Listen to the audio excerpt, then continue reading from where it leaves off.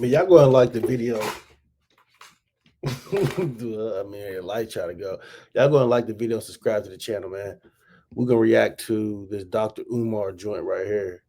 Dr. Umar Need our exposes shocking plot on R. Kelly in prison and reveals the reason they want him gone. Yeah, we're gonna check this video out, man.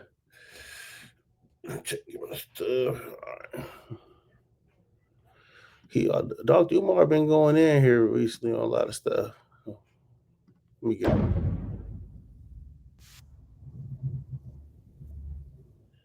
R. Kelly, how you feel about what him and his team is claiming? R. Kelly, Robert Kelly. You know, Art, the R. Kelly situation is sensitive and it's unfortunate. Because although I never saw the video that came out about him back in 2002, showing him engaged in some sort of inappropriate sexual relations with an underage child, I never saw it. But enough people have told me that they've saw it for me to believe that it may be true. So some people would say because he's guilty of sex crimes, even if someone is trying to unalive him, we should just let it happen. Although I understand that sentiment, Art, I also understand the white man and how he thinks. We can never, not for the sake of R. Kelly, but for the sake of all the other black people in this country, we can never let this corrupt government and this corrupt criminal justice system think that if we are completely done with a certain person, if we have canceled them from the community, we can never let them think that it's okay for them to unjustly murder them after the fact. I look at it like this. Here's the thing with that, bro.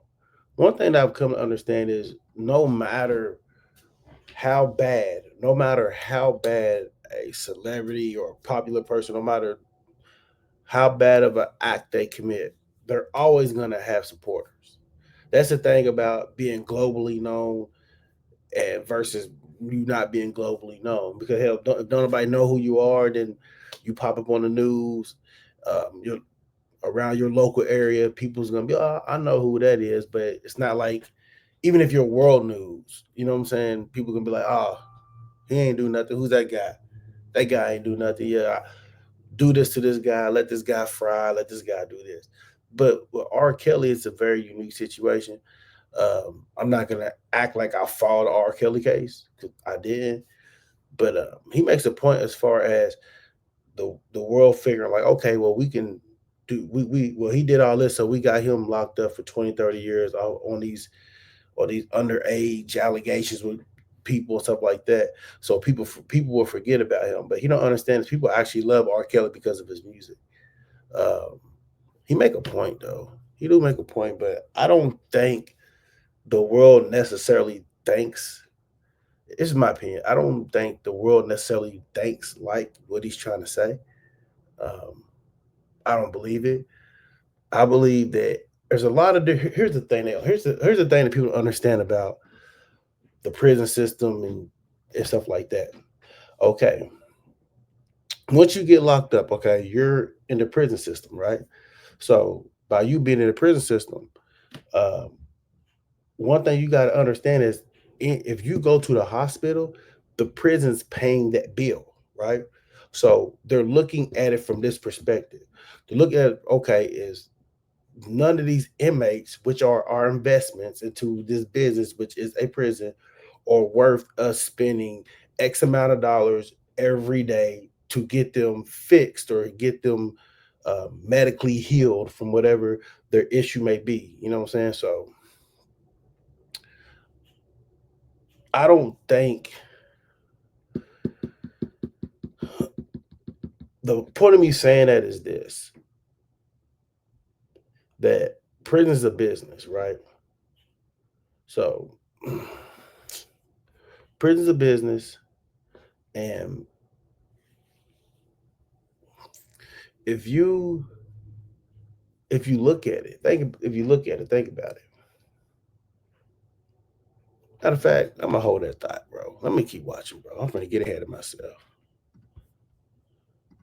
For something that has nothing to do with the reason that they are incarcerated.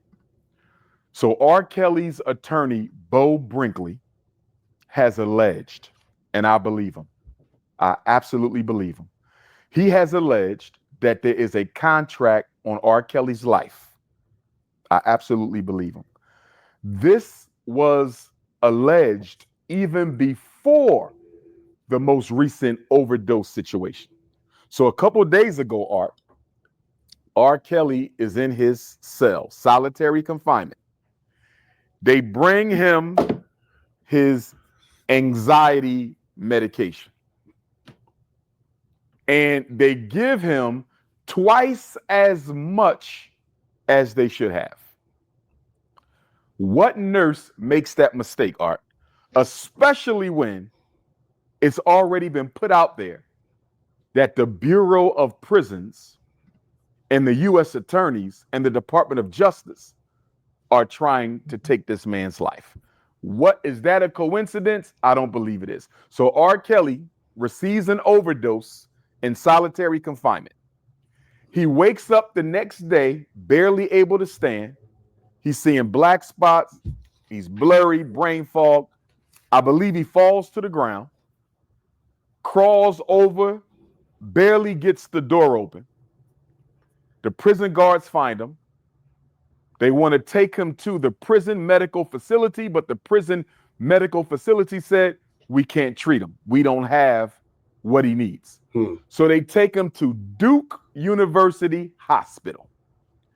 R. Kelly gets to Duke University Hospital, and it is confirmed by the physicians that he has suffered an overdose at the hands of the prison's medical staff. Well, look. So in that case, I can see why he's talking about the stuff he talking about. But one thing is, like, what I want to say earlier before I just stopped. The thing is, those inmates are their investments, bro. So they pick and choose. They pick and choose how much money they're gonna spend on that inmate. They pick and choose. And inmates can tell you this also. They pick and choose, like it's just R. Kelly's a name, and yes, could they try to get him up out of there? Absolutely. Could the nurse be part of the plan to get him up out of there? Absolutely, man. My thing is this: wouldn't it be easier instead of going about it that way, right? Instead of going about it, the medical way, to which is going to look bad on the prison, right? You might as well just open this fucking cell and open another dude's cell and just let the dude who don't like him, let a dude go up in there and, you know what I mean? If y'all want him up out of there, the prison's gonna receive the same backlash. It don't matter if they try to get him out of there by over medicating him. It's gonna be a lawsuit anyway. Why? Because you over medicated this guy, such and such this, such that. They're gonna file a lawsuit anyway against the prison, right? If you try to get him out of there by inmate assault, his people gonna file a lawsuit anyway. Why was this guy out with this guy? He wasn't supposed to be out at the same time. So even if, see, the point I'm trying to make is, yes, there's all type of details that he's probably going to reveal and stuff like that, which is cool. But no matter how you look at it, the prison's going to be at fault anyway. So that you can't really throw a rock and hide your hand in that situation. And if you don't know what throw a rock and hide your hand means, it means literally like, once the act is done, there's no hiding from it. Like nobody knows who did it.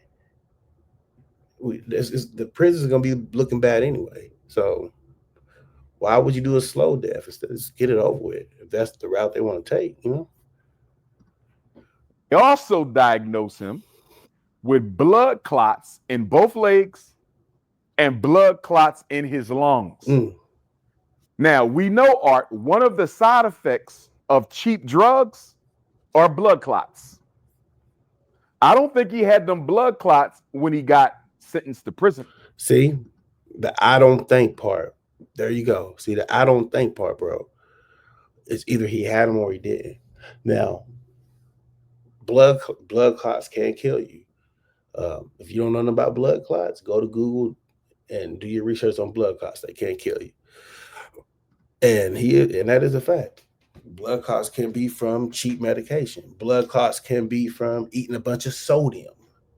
Blood clots can be from not being physically active a lot, just sitting around.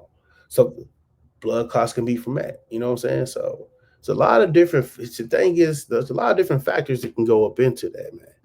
But we're gonna continue listening. He's only been in jail a couple years, Art.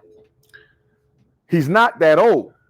So how did he develop blood clots in his legs and in his lungs that quickly? I believe R. Kelly's medication is intentionally, with deliberate intent, he's being given meds to cause blood clots in his legs and in his lungs. I absolutely believe that.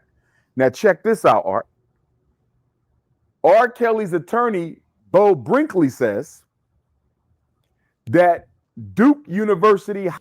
Also, shout out to the Art of Dialogue and Dr. Umar for this video. Was want to say that Hospital wanted to keep R. Kelly an extra 7 days.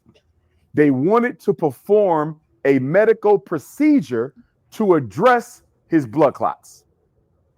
Within an hour after deciding that he needs to stay there for an extra week, Art, he says prison police bust into the room armed with AR-15 rifles, Art.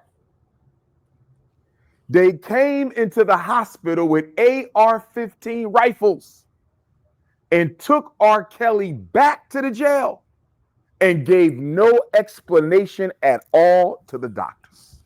Okay, I'm gonna tell you something. I'm gonna tell y'all. I'm gonna tell y'all why. So this is what people don't understand about jail, right? And this goes into what I was kind of saying earlier in the video, but I held off from saying it because I want to see what route he was going to take. But since he took this route, what you don't understand about the jail is the jail pays for that. So if it's not something like a flu, mild headache, some shit like that, or if you're not getting stabbed up to where you can go and get sewed up and come back, the thing about that is they're not going to wait. The jail's not going to wait for a person to recover fully. Um, Me personally, I've known somebody personally that has died from a traveling blood clot to his heart. I know he couldn't. It got to the point to where he went in. Then when he got out, he couldn't lift his legs up to step on to like walk up steps. And I'm not talking about steep steps. No, I'm talking about a little bit. It could be 3 steps, like on a porch or something. He couldn't lift his legs up. On a flat surface, he could walk fine. But coming down any steps or going up, somebody had to help him up there because his legs just wouldn't lift up like that. But he can walk normal on flat surfaces. So the jail's not going to invest money into an inmate to get that fixed. See what I'm saying? They don't do stuff like that. Prison, jail, what they don't do stuff like that. If for example, if they know, I know inmates who died from COVID too. You want to know what they did to the inmates who died from COVID? What they did is once they figured out they caught it, they threw them in the pod, right? They threw them in the pod where all the inmates had COVID.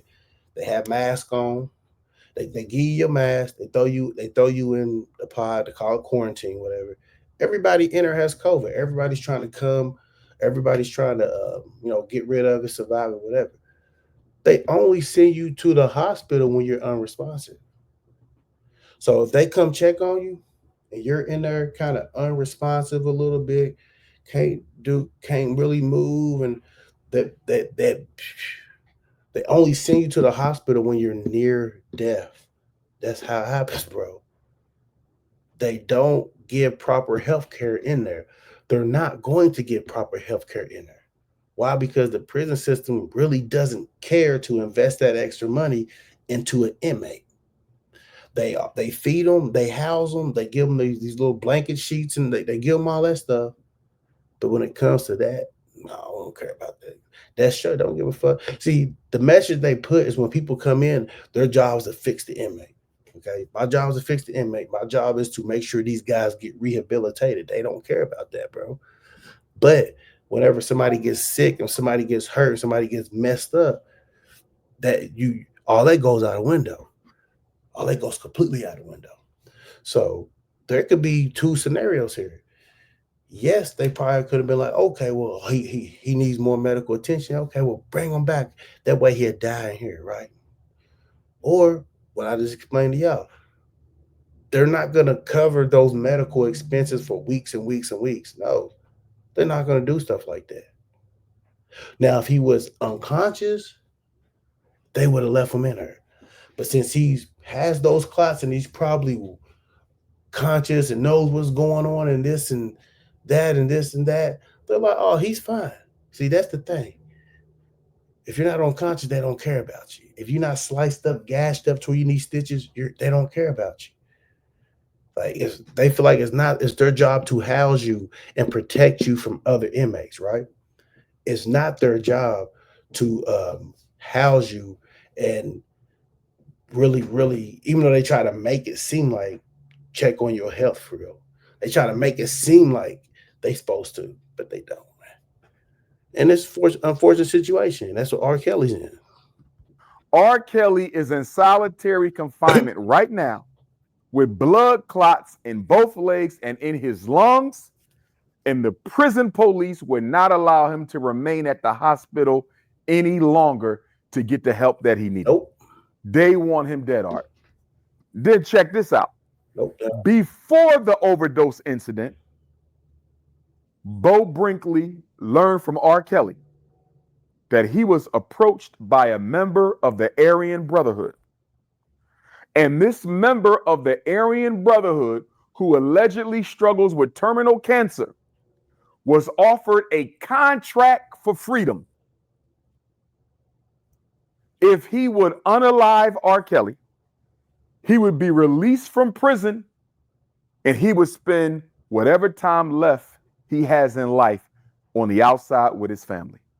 He couldn't do it, Art. He couldn't do it, so he approached R. Kelly and said, they came to me with this offer to take you out. He said, I didn't accept it, but they will be passing this on to somebody else, whether it's in my gang, whether it's in another gang. Somebody in this prison is going to be paid to take you out of here. Now, why do they want R. Kelly unalived? That's a good question. According to his attorney, Bo Brinkley, the U.S. attorneys, the Department of Justice, and the Bureau of Federal Prisons engaged in criminal behavior, Art, during the investigation of R. Kelly's 2021 conviction in New York for sex trafficking and R. Kelly's 2022 conviction in Chicago for child pornography.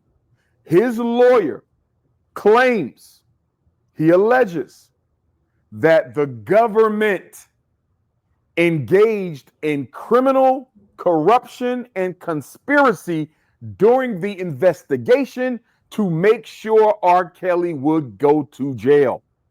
He says that if he and his client are given an opportunity to expose the criminal behavior of the U.S. Attorney's Office, R. Kelly's conviction will be overturned and he will go free. This is what his lawyer alleges, Art.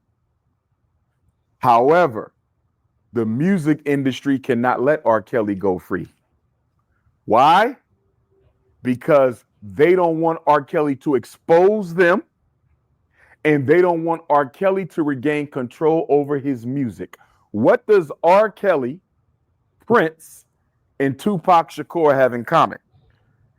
Not only were two of them murdered partially by the music industry, and a third, God forbid, is right now having his life attempted on by the music industry in collaboration with the government, and there's really no separation there because white power is white power. But what they have in common, Art, these are three artists who are known to have as much unpublished music as they had published music. Are you following me? Tupac's death was partly desired because they had so much money they still stood to make off of Tupac's unreleased music. Prince's death was partially desired because they had so much unpublished music that they could steal from Prince. And R. Kelly, same thing. R. Kelly, like Prince and Tupac, was a workaholic. He has all kinds of unpublished material. And what did R. Kelly lawyer assert back in 2022, Art? When he first went to jail, right before or right after his New York conviction, and right after his Chicago conviction. In 2022, R. Kelly told the media through his lawyer that hundreds of his master recordings, Art, for his unreleased music were stolen from his home and studio. Let me say that again.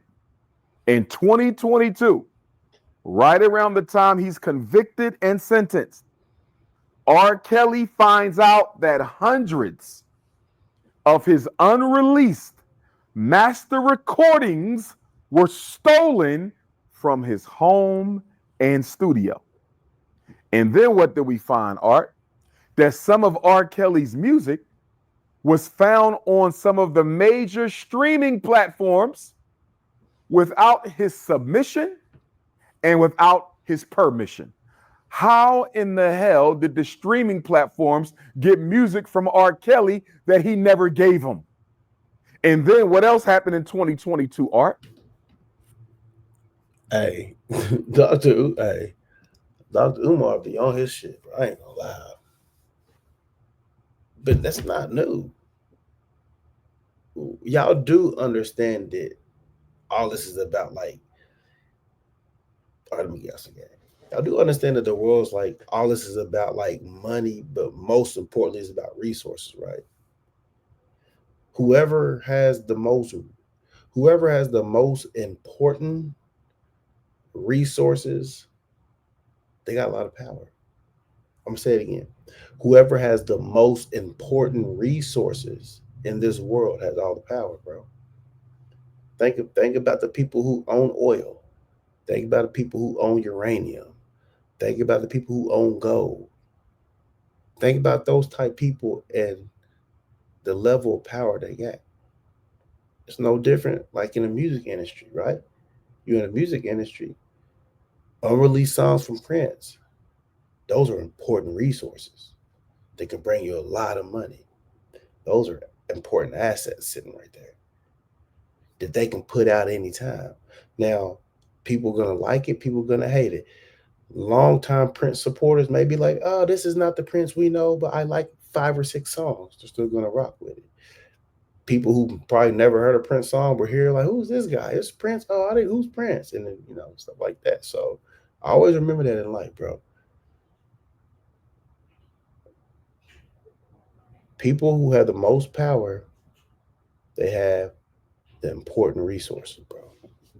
That's what it's about. Important resources. An album that R. Kelly didn't even create, called I Admit, was released in 2022, and it was quickly pulled from the shelf, and Sony Records, which is the parent company of RCA, who picked up R. Kelly after he was dropped from Jive, claimed no responsibility for the mysterious release of the I Admit album in 2022 while R. Kelly was in jail. We also know that before R. Kelly got convicted, he was in a tug of war with his parent company, Art, for not being properly compensated for his music. Remember that? Yeah, I remember that. Yeah. I'm telling you, brother, this sounds just like Prince. What happened with Prince? In 2014, Prince gets his master recordings back. He'd been fighting for his master recordings for years. And then all of a sudden, he gets his master recordings back in 2014, Art, and he's dead by 2016. They trying to take R. Kelly out because they do not want to give him his music back. They've already stolen too much of it. They already owe him money that they never paid him. They don't want him to expose the music industry, and they don't want to get sued by R. Kelly. This takes me to Angie Stone. The Angie Stone R. Kelly situation are very similar. What did Angie Stone say in December 2024? Angie Stone did a live where she said her parent company owed her royalties that they had not paid her. She said they owed her multiple millions of dollars. And she said she was going to get her money and expose the label. I'm going to get my money and I'm going to expose the label. And then that was in December 2024. February 28th, Art, Black History Month, final day. She's performing in Alabama. March the 1st, she's driving with her entourage to the next destination. And all of a sudden, they get into an accident. And the media reports that Angie Stone dies in a car accident. And she's the only member of her entourage who dies in the car accident. And then we find out, Art, that she didn't die in the car accident. A snow bunny helped her out of the car because Angie Stone was discombobulated. According to the woman who helped her out, she told her to sit on the side of the road. Look at this, Art. Sit on the side of the road.